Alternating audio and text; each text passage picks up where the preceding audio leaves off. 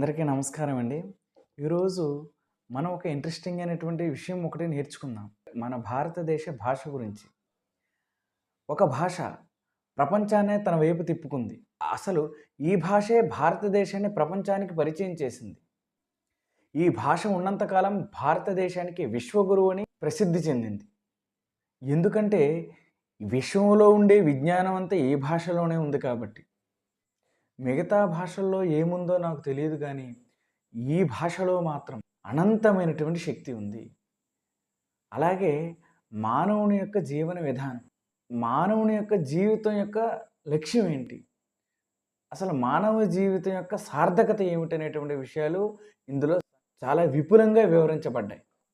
చిన్నపిల్లల దగ్గర నుంచి పెద్దల వరకు నేర్చుకోదగినటువంటి భాష, ఆ భాషే సంస్కృత భాష.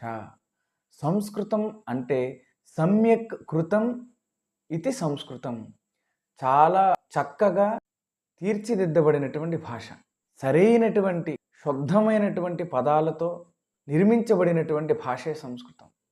ఏ దోషాలు లేనటువంటి పదాలతో తయారైనటువంటి భాషే సంస్కృతం. ఈ సంస్కృత భాష దేవతలు మాట్లాడే భాష కాబట్టి ఈ భాషకి దేవభాష, అమర భాష, గీర్వాణ భాష అని పేరు. అమరులన్నా దేవతలే, గీర్వాణులన్నా దేవతలే. ఈ భాషని దేవతలు మాట్లాడేవారు. ఆ దేవతల నుంచి ఋషులు నేర్చుకున్నారు, ఋషుల నుంచి మానవులు నేర్చుకున్నారు. అంటే ఈ భాష మానవులకి, ఋషులకి, దేవతలకి అనుసంధానమైనటువంటి భాషే సంస్కృతం.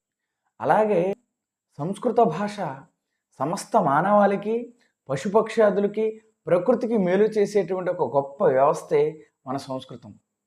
అలాగే మన సంస్కృతికి ఆధారమైనటువంటి భాష సంస్కృతం.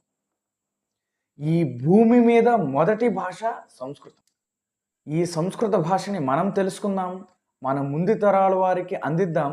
అసలు ఈ భాషలో ఉండేటువంటి విషయాలు ఏంటి, మన పూర్వీకులు మనకి ఏమి నేర్పించారు, మన ఋషులు మన గ్రంథాలలో ఏ రహస్యాలను పొందుపరిచారు, అసలు మానవుని యొక్క జీవితానికి సంస్కృతానికి సంబంధం ఏంటి, ఈ విషయాలన్నీ కూడా మరో వీడియోలో మనం తెలుసుకుందాం. ఈ భాషని మనం కాపాడుకుందాం, మన ముందు తరాల వారికి అందిద్దాం. జై హింద్.